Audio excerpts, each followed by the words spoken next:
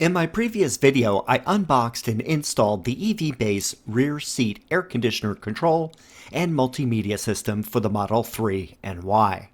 The installation was fairly straightforward, and I didn't have any issues. Here you can see the results of the final setup. For this video, I will cover the controls, software, and how to use it, and then finally my thoughts on this accessory. Let's get started.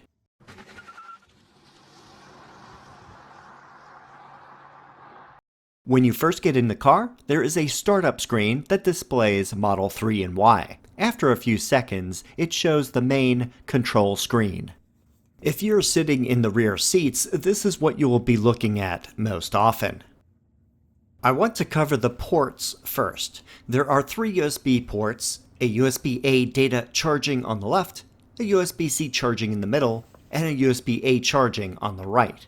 I'll hook up one of my USB-C to Lightning cables to demonstrate how this works. Plug it into the port, and then the other side into a device. This one happens to be an iPhone 8. And as you can see, it is now charging. I'll now try the port on the left. Here is a normal USB-A to Lightning cable. Plug the cable into the port, then attach it to the phone, and it is also now charging. The port on the right will also work like the left, except it only offers power and no data. The logo screen usually appears when the car is waking up from sleep, but when the car is on, it will be off, just like the main Tesla screen. So whenever the main screen is off, so will this one. When you get into the car, after a couple seconds, it will turn on.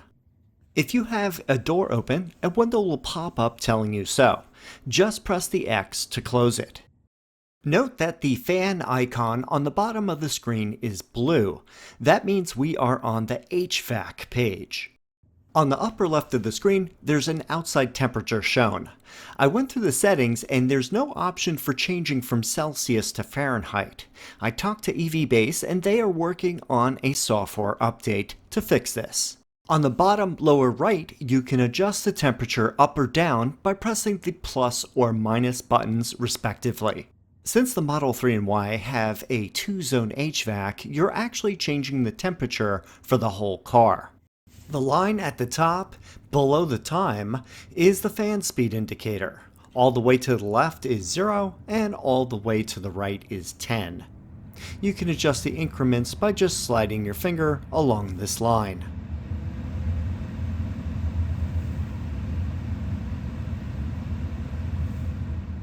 So far I've been adjusting the HVAC for the entire car, and the rear seat fan is off. Technically, the Model 3 and Y have a dual zone HVAC, which means the front driver side and front passenger side are the 2 zones. The rear zone is actually based on the driver's side settings. Press the power button in the center here to turn the rear fan on. The screen will now show the vent being active with flowing air, and you can feel it too. The circulation button is here. When white, it is off. When blue, it is on auto. And when it's gray, it's manually on. The air conditioning button is here. When white, it is off. And when blue, it is on. And now both AC and recirculation are off. This is the ambient light button. I've turned it on and off, and it doesn't seem to do anything in my situation. There are no lights on the accessory that I could find. It also didn't affect the ambient lights that are in the front driver and passenger seat area. This is the purification button. It doesn't match anything in my Model 3, but if you have a new Model Y with bioweapon defense mode, this button will activate it on your vehicle. The air conditioning hold or keep button is right here, and I think it's pretty useful. When the driver exits the car and there are rear seat passengers, the keep button will have the HVAC remain in its current state and settings. The rear seat heating controls are here. Press this button and a window will come up displaying a view of the back seats. Press each seat to turn on the heat and it will be at the max setting. Press it again to reduce it 1 level, and again for the lowest setting. Press it a final time, to turn it off. Each of the 3 rear seats can be controlled independently. The Close All button on the left will turn them all off at the same time. Here is the seatbelt screen. Press this button and you will now see a window come up that displays the interior view of the seats and the seatbelt status for each. This is handy if someone in the back seat forgets to belt in, they will know which seat is the culprit. To go back to the main HVAC screen, press the fan button on the bottom. On the left side of the screen, there is a battery pack icon with the % state of charge. If you press this button, a window will come up with the battery pack view. I noticed after a little bit that they need to update the graphic because the car outline is for the Model S and not the 3 or Y. I'm not sure how the battery pack status is that concerning to rear passengers, but what do I know? By the way, the arrow at the top of the screen is for return or previous screen. Press it and you are back to the HVAC controls. On the left side of the screen are the media controls. They allow you to adjust the main audio system of the car. We have the play and pause button, the previous and next buttons, and also a volume increase or decrease at the top. On the bottom left, we have the Application Collection button. This brings up a menu of the Android operating system apps that are installed on this device. I'll give a brief tour. I didn't have a chance to explore everything. There's a lot in here. For car info, under version info, this shows information about the firmware used for this device. I'm sure there will be a way to update the device using a flash drive in the left USB port. Custom Set includes a large number of toggle settings. I left them all as default. With some sleuthing, there may be some interesting items in here. Press the return arrow on the top of the screen to get back to the main menu. Settings has a lot of categories that are used for setting up Wi-Fi, Bluetooth, audio, display, etc. Here is the audio screen. Here is the display screen. You can set brightness for day and night modes. I'll go into the wallpaper section. This is where you can select wallpaper backgrounds for the menu screens. And now back to the main menu. This goes to car settings. When I bring up that list, I left all of them at their default settings.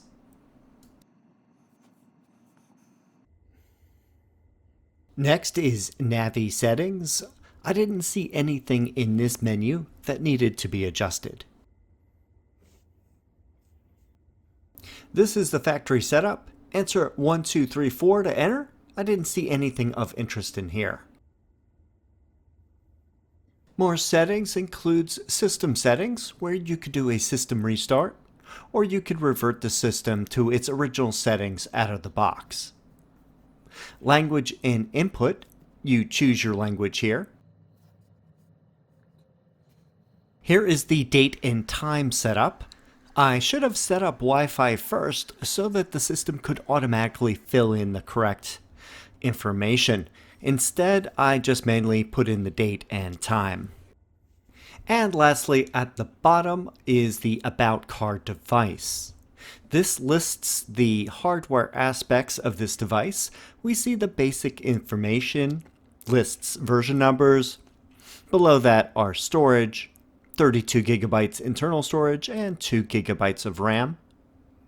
Hardware includes GPS, an ARM v7 CPU, and it lists the Bluetooth versions, and this uses Android version 12 and the associated version numbers. The Check for Updates button is on the right.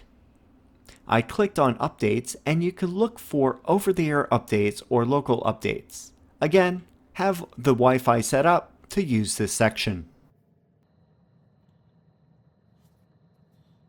Next up, we have to set up a Bluetooth with Tesla. If you want to play any Android apps that have sound, you need to connect to the car's Bluetooth. On the main screen, press the Bluetooth icon on the upper right, and then press Add New Device. Then start search. You will need to look for the name BT966. The numbers after that will most likely be different than my screen. Select that device to add to the Tesla. Now it will appear in the left-hand column and show as connected. Next, press the Bluetooth media icon on the lower menu or within the app box.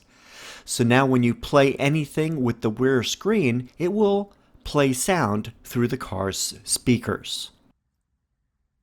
Press the Android app menu button to enter the app screen. I'm now going to test playing music and video using the flash drive by plugging one into the left USB-A port.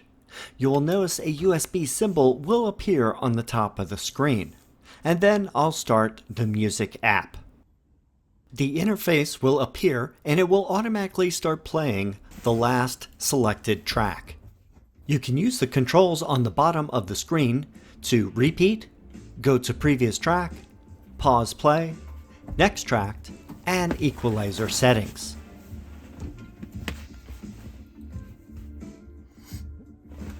Pressing the equalizer button will bring up the equalizer settings where you can choose from among many presets or do your own custom-made equalizer settings.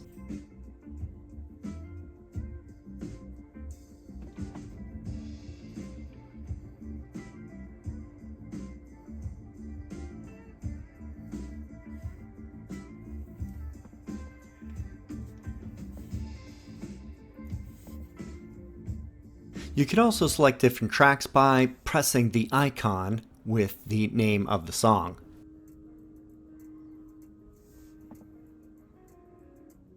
Press the folder button on the upper right to go back to the video source selection screen. Press the files in the center to get a track listing in a different layout, file name versus icon. Press the return arrow on the upper right to return to the previous menu. Now I will press the video app. This works just like the music app and it will start playing the video automatically. Time of the year where I live to make sure the tires are inflated correctly on my Model 3. Since wintertime temperatures will cause a drop of roughly 1 psi per 10 degrees Fahrenheit, it's always good to verify the tire pressure. Look.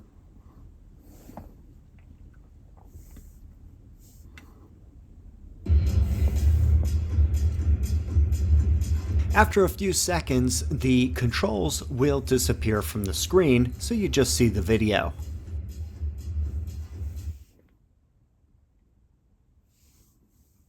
By the way, the first two videos are 4K UHD and are not supported with the player, unfortunately.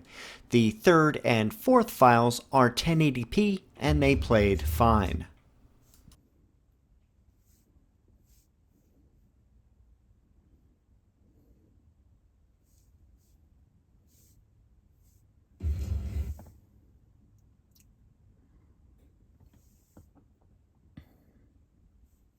The button with the 4 arrows on the bottom left is to alternate between full screen and the original aspect ratio of the video. And that's it for playing music and video using the flash drive. Let's look at some more of the Android apps available. Press Manual to get the user manual presented in Adobe Acrobat. While it loads, some of the images are pixelated. That fixes itself as it finishes loading the data. This file is the same as the printed one included in the box, so if you lose it or don't want to carry it around, you have a digital version that is easy to access. For the next few things I want to show, I need to have internet access, so now I will set up Wi-Fi. Go to the Android apps and press Settings and then Wi-Fi. Turn on Wi-Fi and then search for available networks. Select one you wish to use and then enter the password if applicable. Once it connects correctly, you will see a Wi-Fi signal strength icon on the upper menu bar. Next up is the Chrome Internet Browser. You can add your Google login if you want to get your customized links and history to access the web easier. Scroll to the right and we have some more apps. Next is the Google Play Store. And once started, enter your Google login information to access the app. There are many apps that can be added to the system, but today I'm focusing on streaming apps. I had a request for Disney Plus and Netflix. Unfortunately, they are not available. I did find the Disney Now app, which does some video, and if you have a cable subscription, you can log in.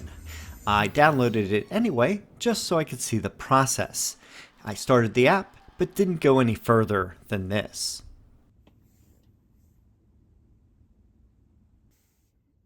Let me try some others. Hulu and Netflix were also not available. I'm not sure why this is an issue with Android. I did start to download the Amazon Prime Video app. The app downloaded and installed. I entered my login information and started up. It seems to work fine, and I can access and play videos.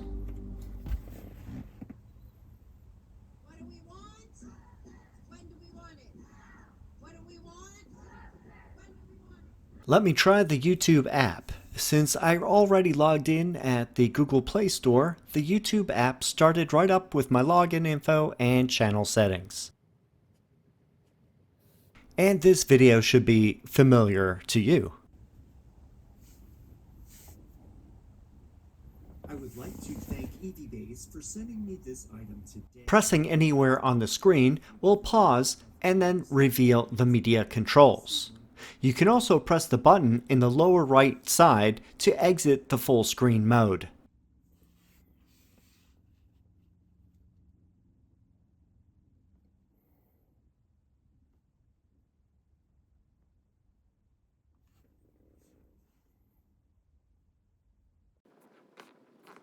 I tried to log into Netflix on the Chrome browser and it starts up, but when I want to play a video, it says it needs to use the app. Bummer. Now I will show how to use Apple CarPlay. First I need to go to the Android app settings and go to the second item, Bluetooth. This brings up the menu for Bluetooth devices that can run CarPlay. Note this is different than the Bluetooth that I mentioned earlier that connects to the Tesla. As you can see, the name is listed as CarBT, but you can change it to anything you wish. For example, I suggest rear seat screen would be a good choice. On my phone, I do a Bluetooth search for CarBT and it shows up. Press to pair it with the phone, and then accept the pairing request. You will now see that the paired device list on the rear screen now shows the iPhone 8 paired and connected. This means it's all set for CarPlay. Right now, the CarPlay app started automatically, but in the future, it is also located on the Android menu and is called Speed Play. Once it finishes connecting, you will see the normal Apple CarPlay screen with icons for apps on the left, a map in the center, and a media player on the right. You can scroll to the right to see the app list. You have the usual suspects as seen here. Swipe down from the top to bring up the menu. Then you can press the home button on the far left to exit CarPlay, or you could use the task switcher which is right next to it, and I'll explain that next. Another thing I want to cover is the app switcher. If you press the icon on the top next to the home button, that will bring up the app switcher. You can then scroll through the list to choose a running app or to close any that you don't need to run anymore. For example, I'll choose the Android Settings app and then press. And as I mentioned before, press the home button to go back to the main HVAC screen. On the main HVAC screen, swipe down from the top to bring up controls and brightness. These are quick access buttons to Wi-Fi, Bluetooth, car settings, sound settings, system optimize, and close screen. On the top is a slider that goes from full brightness on the right to low brightness on the left. In the beginning, you saw a door alert window. Anytime a door is open, this window will appear overlaid on the screen. The text above it will explicitly state which doors are open, as does the car diagram below it.